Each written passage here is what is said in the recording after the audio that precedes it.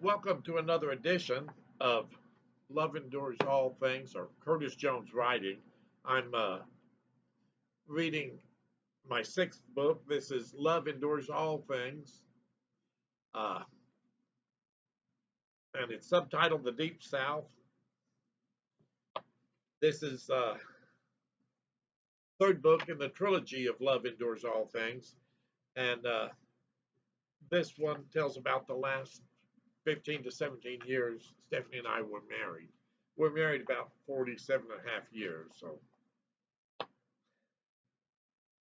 and I consider all of them a blessing, even the ones that were hard. The title of chapter 10, which is what I'm going to do today, is a little bit shorter chapter compared to most of them, I think. And it tells about when we left Florida and moved up to Alabama, or back to Alabama. Chapter 10, Midway, Alabama. While we were traveling up to Midway, we bought a generator to power the tools we used. Now that we were getting ready to move to the house, I called the power company and asked about turning the power on so we wouldn't have to use the generator. They said I would need to put a $1,000 deposit and they would be glad to turn the power on. The move went quite well until we started to travel. We got the trailers all loaded and the trucks and all the things prepared. The trip was a 6-hour drive and we didn't leave until 3:30 p.m. We had every member of the church in Interlaken come to help load for the move. There were maybe 15 helpers and it went beautifully. We finally got the load tied down at 3:30 and pulled out on the road. We went through Gainesville, Florida, and got on Interstate 75 there. We hoped that it would make the trip less stressful. It was the shortest route to get to the interstate. This was all done on December 24th.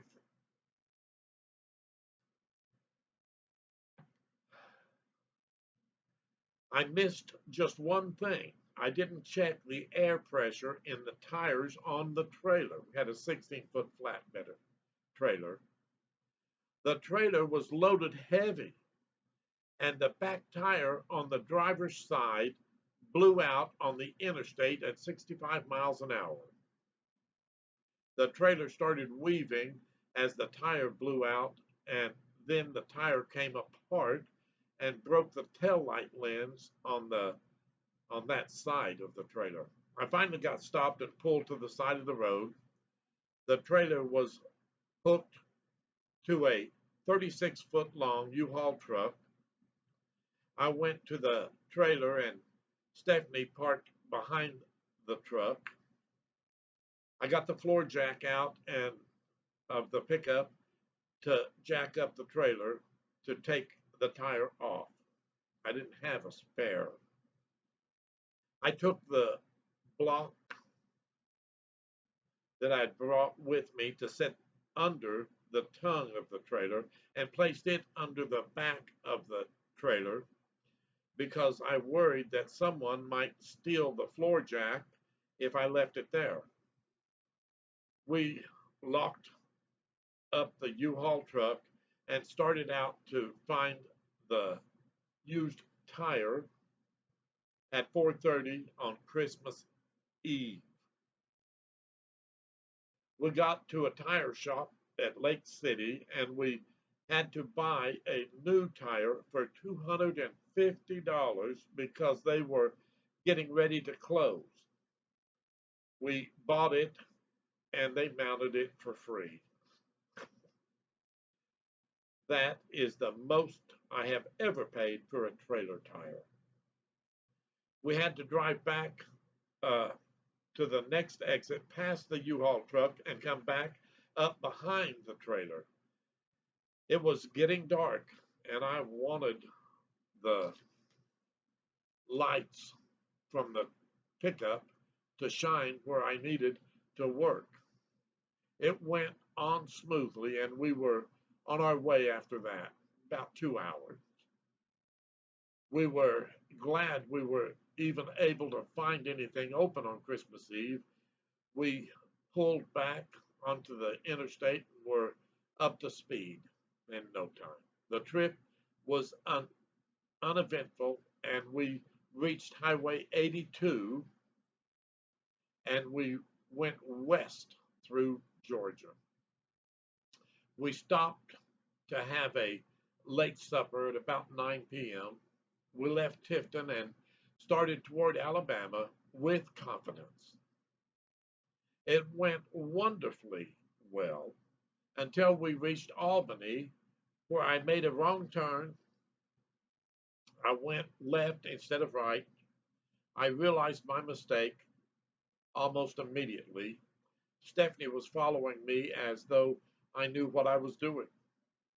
I pulled into a large parking lot to turn around and get back onto the highway. We stopped, and I told Stephanie what I had just done. We gave each other a hug, and I asked if we were going to be able to finish the trip. We were still about 2 hours from the house and from rest. We got into our vehicles and started to leave the parking lot. The exit had a rather deep drop to allow for drainage of heavy rain. The problem is that I had everything loaded heavy, and so when I pulled across the low spot, there was a lot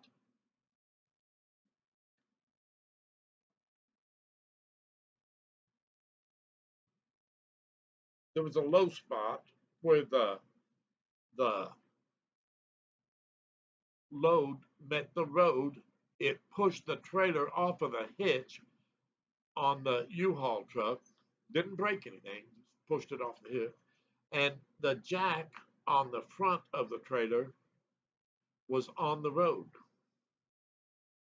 The safety chains forced the trailer to follow me and onto the street, and sparks flew everywhere from that jack. Just then, a city policeman was coming down the road, and he saw the sparks flying, and he turned around and turned his red and blue lights on, pulling up behind me. I had just seen the sparks as I got to the turning lane in the center of the road. There was 4 lanes and a turning lane in the middle, so I was blocking it. The officer was a young man, maybe in his 30s. He was very nice and stayed with me until I had the trailer hooked back to the U-Haul. I wasn't sure whether I could do it, but it fell right into place on the first try. I want you to know I thank God all the way home to Midway for that blessing. We got to the house at midnight on the evening of January 24th of December, and I didn't see Santa Claus.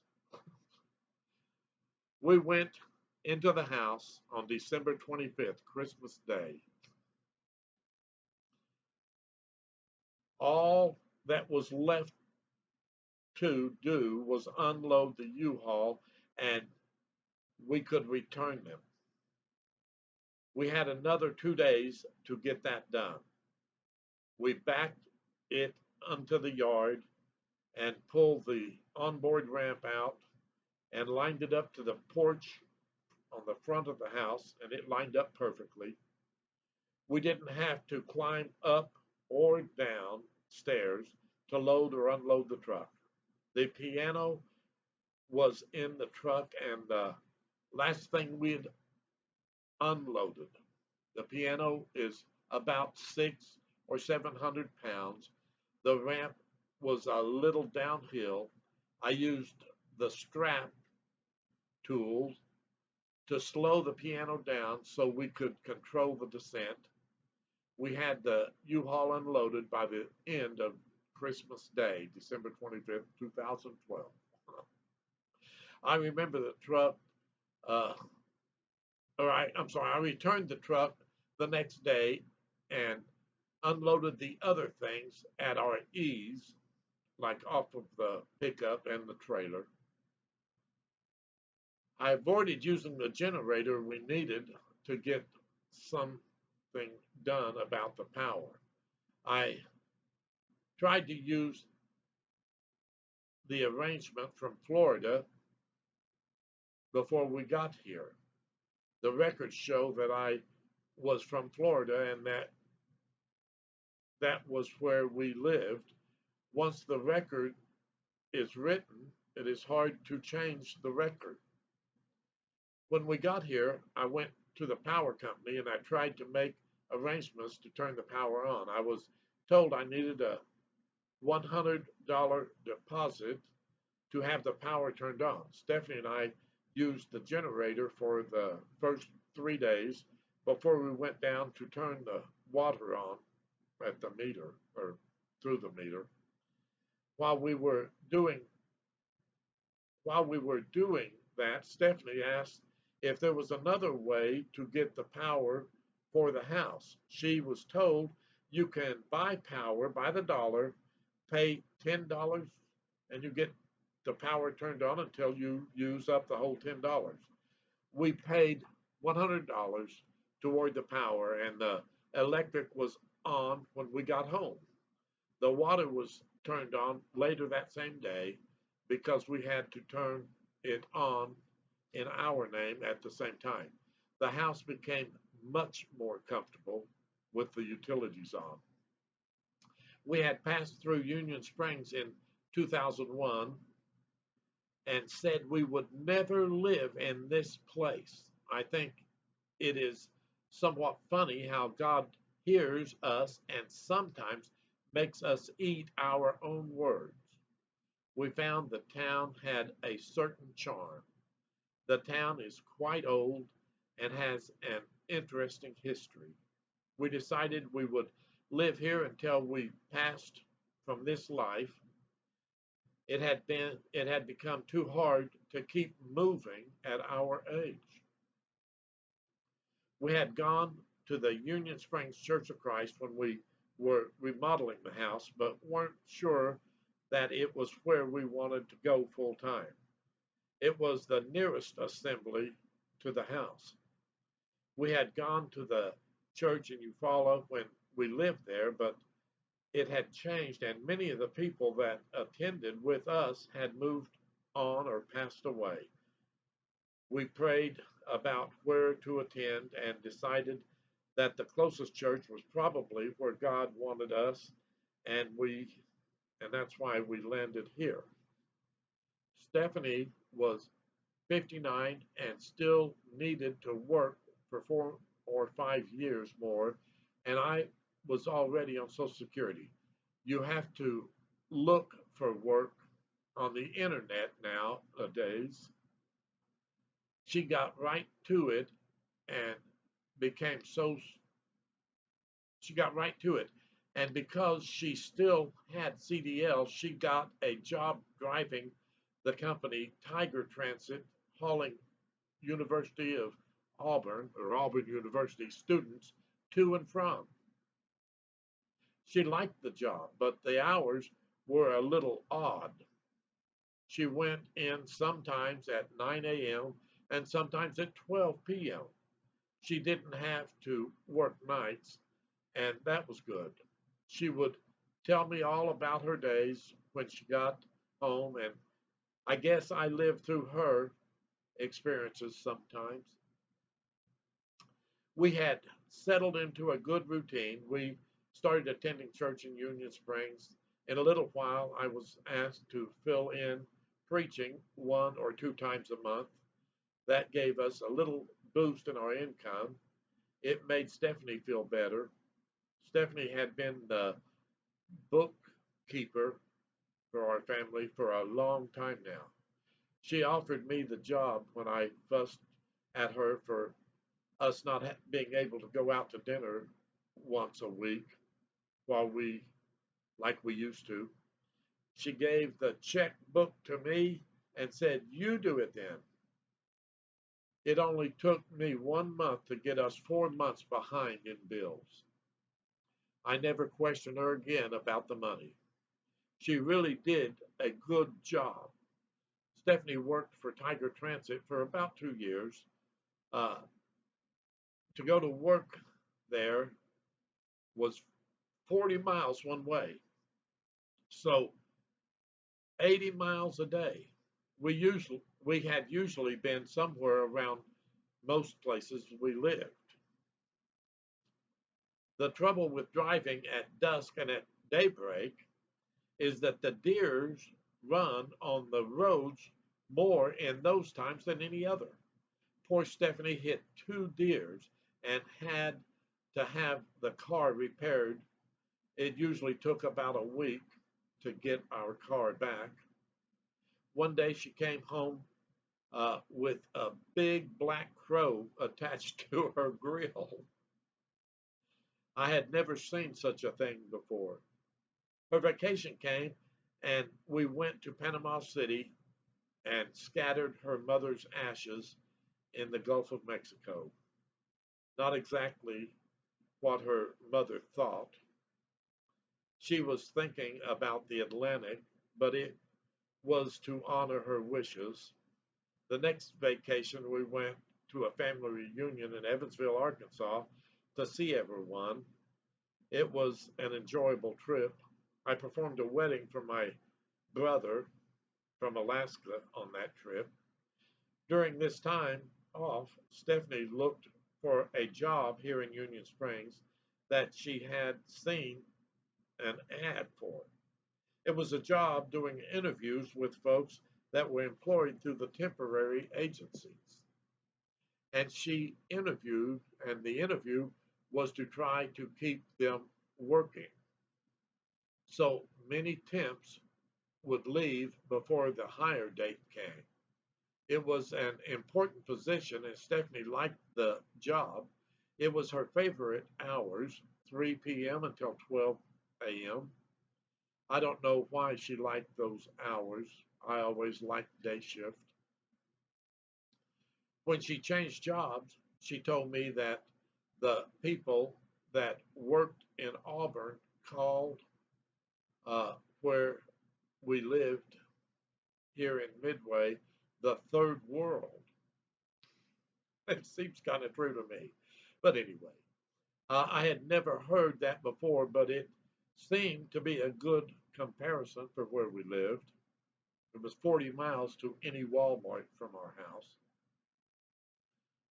The place she was working was called the Chicken House. It was a chicken processing plant. We laughed about that often. Stephanie was happier with this job than any job she had ever had, except when we owned our own company and worked together. I hope you enjoyed this chapter. It will probably be all I post this week. Next week I'll try to get the last two chapters, 11 and 12. Up. 11 is going to be a difficult chapter. It's the chapter I wrote about when Stephanie passed away, and it feels like a tearjerker to me. But I hope you enjoyed this chapter. If you want to get in a hurry and read these others or any of my books, you can go to my webpage, which is curtis-jones-books.squarespace.com, and you can find the link. It'll take you to Amazon, but there's also a description of every book I've written on that page, and tell you how to order them directly from me if you want a signed copy. You can also go to Facebook. It's Curtis Jones author page on Facebook. It also has a link and description of the books. God bless you and take care until we meet next time. Goodbye.